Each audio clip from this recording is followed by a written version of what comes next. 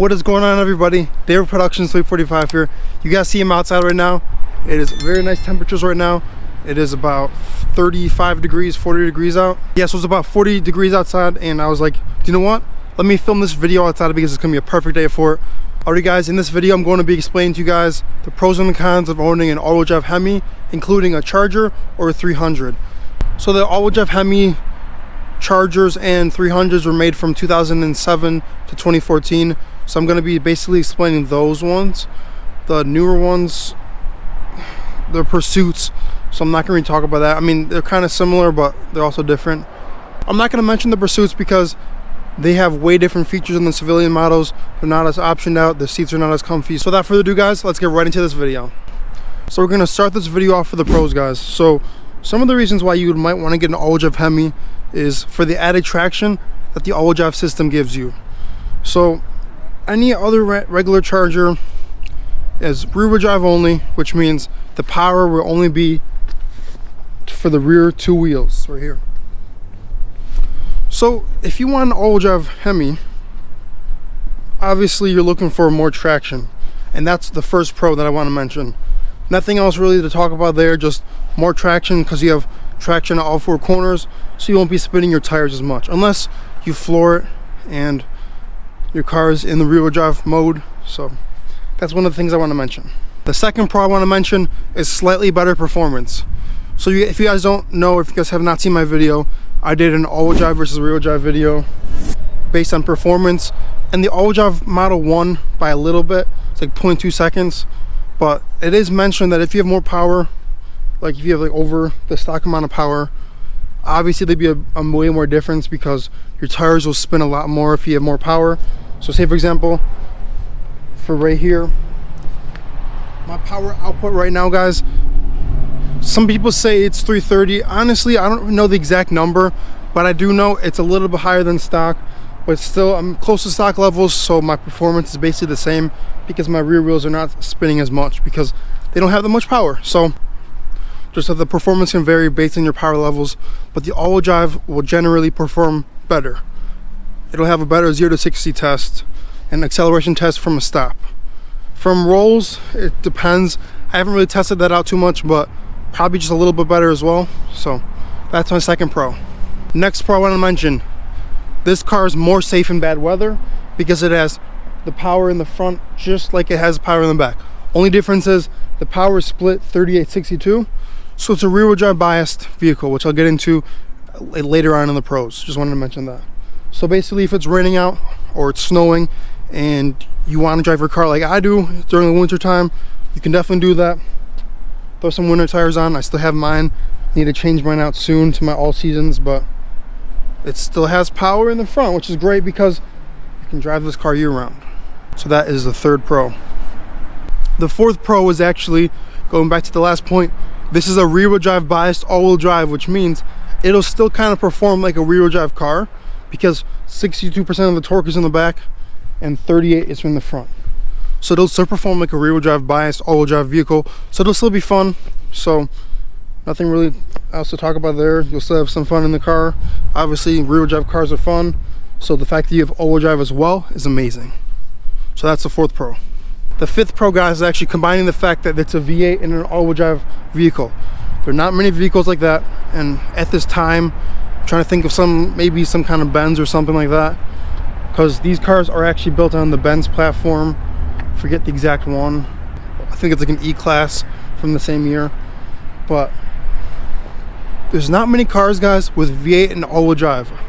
But the American cars, I don't think there was a single one that was a V8 all-wheel drive. So the fact that they had these V8 all-wheel drive vehicles from the factory is awesome because not many of the manufacturers offer those cars. So it's kind of rare to have that combination because you can have your sports car / muscle car and your daily driver all in one. So that's the fifth pro. The final sixth pro is that you can still do burnouts and donuts as long as you get the Z Automotive taser. So that taser is $250. It's a good thing to do if you have one of these cars. It'll unlock a ton of features. I did a separate video about some of my favorite features for the taser, so make sure to check that out. But basically, if you have one of these cars, guys, you definitely need to get the Taser. It's a good deal. It's $250, but you can lock your car in rear-wheel drive or you can lock it in all-wheel drive, so the car doesn't switch automatically from one of the two. So that's pretty cool as well. But yeah, you can still do burnouts with line lock. Donouts are a little bit interesting because it's an open differential, guys. Same with some of the rear-wheel drive models as well. So you gotta like get an LSD to upgrade it with new axles in the back to spin both tires. But it's not really the fault of this car, just it is what it is. Got to get a higher trim model to get the limited slip. So there's that. That's all the pros, guys. Let's move to the cons. Alrighty, guys, it's time for the cons. So the biggest con that a lot of people want to hear about is it is very hard to find rims for these cars. Meaning, what I did basically was I got 2 different rims from the newer all-wheel drive models, like the V6s. I think these are Challenger rims. I think like a 2018 or 19 Challenger. And then my black ones I have are from a 21 Charger V6 all-wheel drive. It's hard to find rims because of the offset is different. I think it's plus 55. So a lot of rims are definitely not going to fit. Unfortunately, because the rear-wheel drive models are way easier because the offset is like, I think, a lot lower. I don't even know the exact number, but all I know is the offset on the all-wheel drive models is a lot higher. So most rims will not fit this car. You can put rear-wheel drive rims on the all-wheel drive model. You guys see how the wheel is kind of in? If you put rear-wheel drive rims on, also not mind the dirty car. I just washed her again and she got dirty, but the rims will stick out like kind of like monster truck rims. So that's one of the main problems. So that's why most people just get all-wheel drive rims from another Charger or Challenger or 300, because at the end of the day, they're rims. You guys can see these are from a newer Challenger. They look pretty good. Had them painted. They're dirty as hell right now. Do not worry about that. But that's the first con, is the rims. The second con, guys, is the fact that you cannot run wide tires on these cars. Meaning, these come stock with 235s. And that is so skinny compared to the rear-wheel drive models. Again, because of the offset probably. So I think the biggest tire size you can run on these is actually going to be 255s, if I'm not mistaken. But that's on the stock rims, because then you'll have all this rubbing and stuff, so then you'll have to run a spacer. I'm not counting that, I'm just counting like just the way the stock setup is, because you can't really run too wide of tires because it won't work. And the rear-wheel drive models have like 275s. That kind of sucks. You can't run too wide tires on these because it's a V8, guys. It's going to spin tires, so you're going to want traction if you're going to want to race people. The third con for this list, guys, is actually the fact that this car, in order to lock it into rear-wheel drive or all-wheel drive, you're going to need the Taser, so then you can do it whenever you want. What I recommend if you guys don't want to buy the Taser is, if you're in the car and you want it to be all-wheel drive, press the traction off button and it'll automatically keep it in all-wheel drive. Let me demonstrate. Right here, hopefully it's catching on camera. Traction button, press it. The car will automatically be locked into all-wheel drive. So that is the third con. I mean, guys, if I were you, I'd just get the Taser, but as I said before, the Taser can be a pro and the con depending on how much money you want to spend, but I'll definitely recommend it. Let's move on to the fourth con. The fourth con, actually, guys, is relating to racing. So the all-wheel drive model is heavier than the rear-wheel drive model because it has an all-wheel drive system, which means it'll have more weight in the front, which means it'll be heavier and it'll be harder to race. I'll just mention that because if people want to race, they want to lose weight, not gain weight. So having an all-wheel drive system will make the car heavier and harder to race because it's a little bit heavier than the rear-wheel drive models. The fifth con I want to mention is the fact that the all-wheel drive system actually eats like 1 to 3 more miles per gallon. I personally don't care because gas mileage for V8s is irrelevant unless you're one of those people who needs to have the best gas mileage. But just wanted to mention that if you're running an all-wheel drive system all the time, you're going to eat more miles per gallon up because more power is being given to the front versus just the rears. So it'll play a big effect. I mean, I've noticed maybe like a 1 to 3 miles per gallon decrease depending on how much you're in the all-wheel drive mode, but usually it's like 1 to 3 miles per gallon difference. Nothing too major. If you guys look at the stats actually for the stock fuel efficiency for these cars in 2013, I think the all-wheel drive model was 1523. The rear-wheel drive was like 1625. So it actually is rated less. So you guys see that I'm not even joking about the fuel efficiency being a little bit less. But it should honestly negate that fact because it's a V8 and you want a V8 for the fun, not gas mileage. So let's move on to the next con. Next con, these cars sit so high up compared to the rear-wheel drive ones. This is stock ride height, guys. It's a monster truck. Obviously, you can fix it with lowering springs and such, but the AWD model is set higher up. It is what it is. Fix it with lowering springs if you want. If you live in an area like me where it's really low, seems like there's like a ton of potholes and stuff, I just leave it. I'm like, whatever. I'll be driving this in the snow. Because guys, look how low this car is. Probably like 3 inches of ground clearance, honestly. So I'm just like, whatever. It's an all-wheel drive car. I'm gonna just leave it as it is. I scrape so much, especially when I had my splitter on. If you guys are wondering why my splitter is not on right now, it's because I don't even know if I'm gonna put this back onto this bumper, because it drags a lot, especially when I'm going up driveways, so I have to be more careful. But that's that con. Number 7 for the cons is the fact that the parts are more expensive for this car. Meaning, some particular pieces, like the long tube headers for this car, you can only get one type. American Racing, which are about $2,000.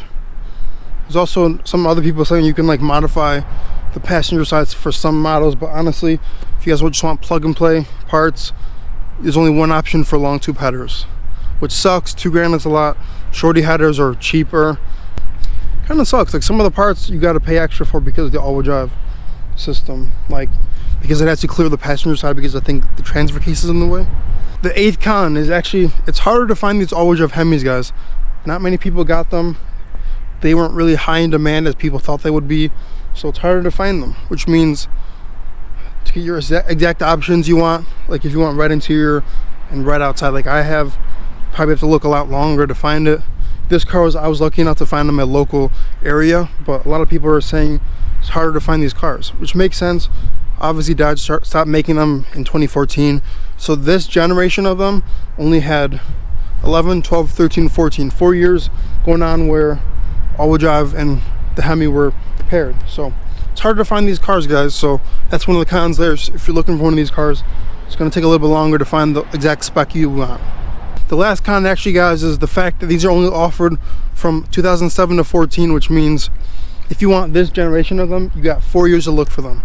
The older one I would not recommend because I personally do not like the older body style. I like this one a lot better. It looks a lot cleaner. So pairing that up with the last con is that these all-wheel drive Hemis are only offered with 5-speed transmissions. It's not a deal breaker, guys, but the 8-speed transmissions are so much better than the 5-speed ones. A lot of people are saying you can push more power with these ones. Guys, it's just 8 gears. You have more to play with, paddle shifters and all that. You can upshift and downshift more. It'll be really cool to have an 8-speed all-wheel drive, but they never made them. Even the police cars, they're all 5-speed. So there's something called a Sound Germain kit, I think they have, that you can put an 8-speed all-wheel drive system together, but don't really know too much about it. Just seen something in a forum about it, so it is what it is. Anyways, guys, that is the end of this list. So I just want to mention, I love this car, don't get me wrong. It's a lot of pros, a lot of cons. At the end of the day, it comes down to, what do you want? What do you need? Do you want a V8 all-wheel drive system because you live in an area with snow? Do you want a rear-wheel drive system because you want to have more fun? This car can do both, but also it has its cons. So at the end of the day, if you want to get a V8 all-wheel drive, I'd say go for it. These cars are awesome. I've had a lot of fun with this car. The Taser really wakes it up because you can do anything you want with it. You can do line locks, you can do donuts. Anyways, guys, hopefully you guys enjoyed this video. I love my V8 all-wheel drive here. Hopefully you guys got something out of this video. We're on the road to 1,000 subscribers, so make sure you like the video, make sure you subscribe, make sure to turn the notifications on, share this video with your friends, and without further ado, guys, I'll catch you guys in the next one. Peace out, guys.